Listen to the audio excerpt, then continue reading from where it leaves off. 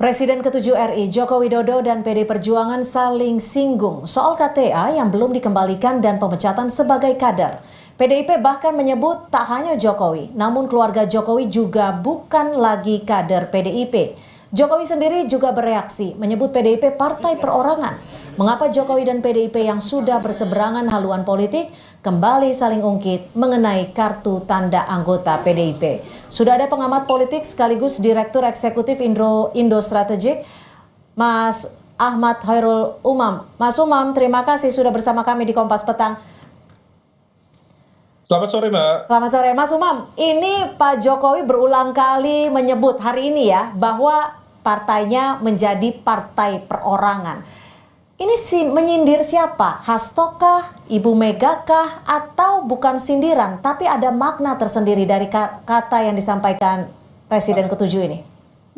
Ya, ada beberapa kemungkinan dari statement dari Pak Jokowi tersebut. Pertama, bisa saja itu adalah ekspresi kepanikan dari Pak Jokowi sehingga memberikan respon jawaban yang tampaknya tidak begitu mudah untuk dicerna. Sehingga kemudian beliau menyatakan partai perorangan. Jadi bisa saja ini adalah bagian dari slip of tongue.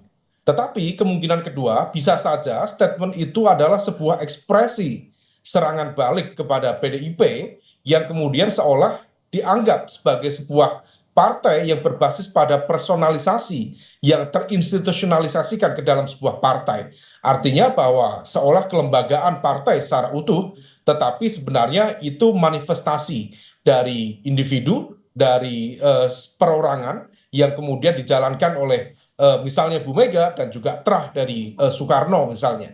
Nah, oleh karena itu situasi ini yang tampaknya menunjukkan bagaimana tensi dari hubungan atau relasi antara PDIP dengan Pak Jokowi semakin tinggi, terutama pada satu situasi pasca pilkada. Karena tampaknya dari teman-teman PDIP sendiri ketika memasuki proses pemilu, pilpres, masih mencoba untuk menahan diri, bahkan tidak menunjukkan sikap dan juga positioning yang clear untuk memecat atau memberhentikan Pak Jokowi. Tetapi baru kemudian setelah pilkada selesai, praktis tidak ada kompetisi politik lagi, maka kemudian tidak akan ada irisan-irisan, terutama dari basis pemilih loyal masing-masing yang berpotensi kemudian mengalami shifting. Nah, inilah kenapa kemudian juga bisa kita pahami mengapa Mas Hasto selaku Sekjen PDIP baru begitu clear menyatakan positioning dari Pak Jokowi yang dianggap sudah tidak lagi menjadi bagian dari keluarga besar PDIP. Tapi gini Mas Umam, jika Anda menyebutnya ini ada bagian kemungkinan kepanikan atau slip of tongue atau mungkin serangan balik, tapi mengapa Pak Jokowi ini juga melontarkan bahwa dirinya masih menyimpan KTA PDI Perjuangan dan isu ini kembali diangkat seperti itu? Ya, barangkali Pak Jokowi sendiri masih membuka ruang komunikasi dengan elemen-elemen di dalam PDIP yang masih memiliki semacam potensi kemungkinan untuk bergabung atau bahkan dimaafkan dalam proses politik yang tampaknya memang masih menimbulkan luka-luka politik yang begitu dalam. Nah, oleh karena itu ekspresi atau barangkali juga informasi yang cukup jujur, genuine, yang mengatakan bahwa beliau masih menyimpan KTA PDIP bisa dimaknai sebagai sebuah bentuk keberpihakan secara tidak langsung bahwa I am still part of PDIP. Apakah itu dari PDIP? Begini Mas Umam, jika memang Pak Jokowi masih membuka pintu untuk partai PDI Perjuangan seperti itu, apakah ini yang juga menjadi penyebab alasan hingga saat ini Pak Jokowi belum menentukan harus berlabuh ke partai mana? Iya, tampaknya memang demikian karena barangkali ada potensi kemungkinan dari elemen-elemen tertentu yang per hari ini juga masih berkomunikasi, let's say misalnya dengan Mbak Puan atau lingkar dekat Mbak Puan yang barangkali masih membuka ruang komunikasi yang baik dengan harapan ada proses pemaafan, ada proses let's say bagian dari naturalisasi kembali dalam tubuh PDIP, maka hal itu dilakukan. Tetapi kalau misal kemudian begitu positioning dari PDIP, dari DPP clear, Mas Hasto menyatakan sikap secara clear, kemudian Pak Komarudin Watubun juga menyatakan secara clear untuk mengembalikan KTA PDIP, maka itu adalah sebuah ekspresi bentuk pemecatan secara terbuka di hadapan masyarakat, di hadapan publik. Maka kalau misal demikian, kita bisa memahami mengapa tampaknya Pak Jokowi masih mencoba untuk merawat harapan untuk tetap kembali ke PDIP. Tapi kalau misal demikian, saya yakin akan ada juga evaluasi cepat dari Pak Jokowi dan lingkar dekatnya untuk segera hijrah ke kekuatan politik lain. Oke. Karena dalam basis pertarungan kekuasaan, Oke. sistem proteksi yang paling kuat adalah tetap menjadi bagian dari kekuatan partai Tapi politik kalau dari yang hitung-hitungannya, memberikan, proteksi kepadanya.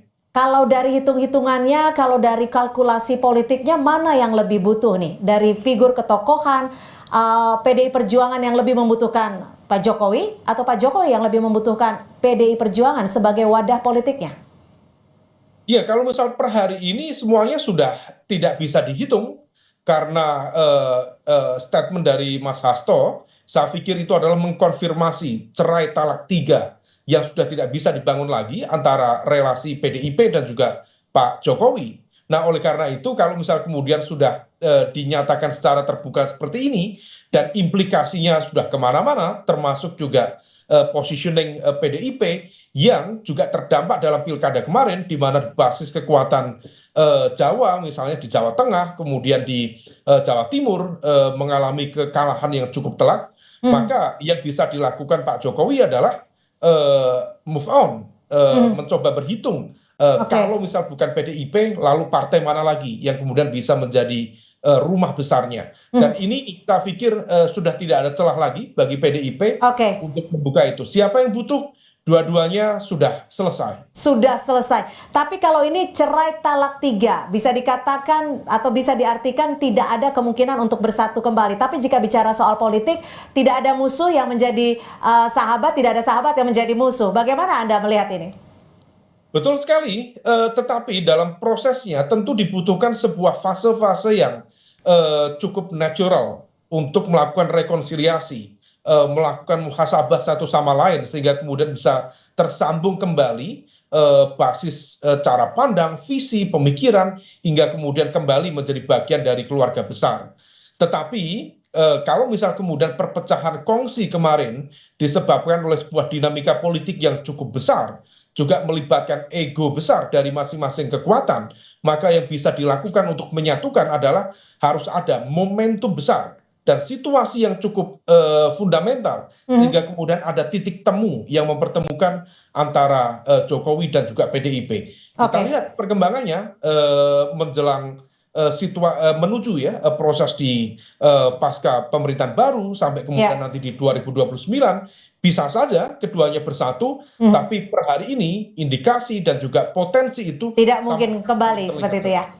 Tapi Mas Umam, kalau tadi di awal Anda menyebut partai menjadi perorangan, Anda menyebut juga ini bisa jadi merupakan serangan balik Pak Jokowi. Serangan baliknya tuh kemana? Ke PDIP kah?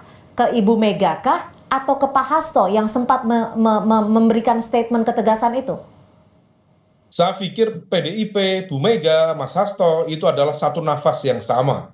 Jadi kalau misal memang jawaban dari Pak Jokowi itu diniatkan sebagai sebuah serangan balik terhadap karakter PDIP yang dianggap demokratis tapi kemudian menunjukkan dominasi perorangan misalnya, maka itu adalah serangan yang dialamatkan pada ya 3 elemen yang sama. Karena bagaimanapun juga tidak bisa memisahkan Bu Mega dengan PDIP atau Mas Hasto yang per hari ini juga masih berstatus sebagai sekjen DPP PDIP dan juga menjadi orang kepercayaan dari Bu Megawati Soekarno Putri selaku ketum PDIP itu sendiri.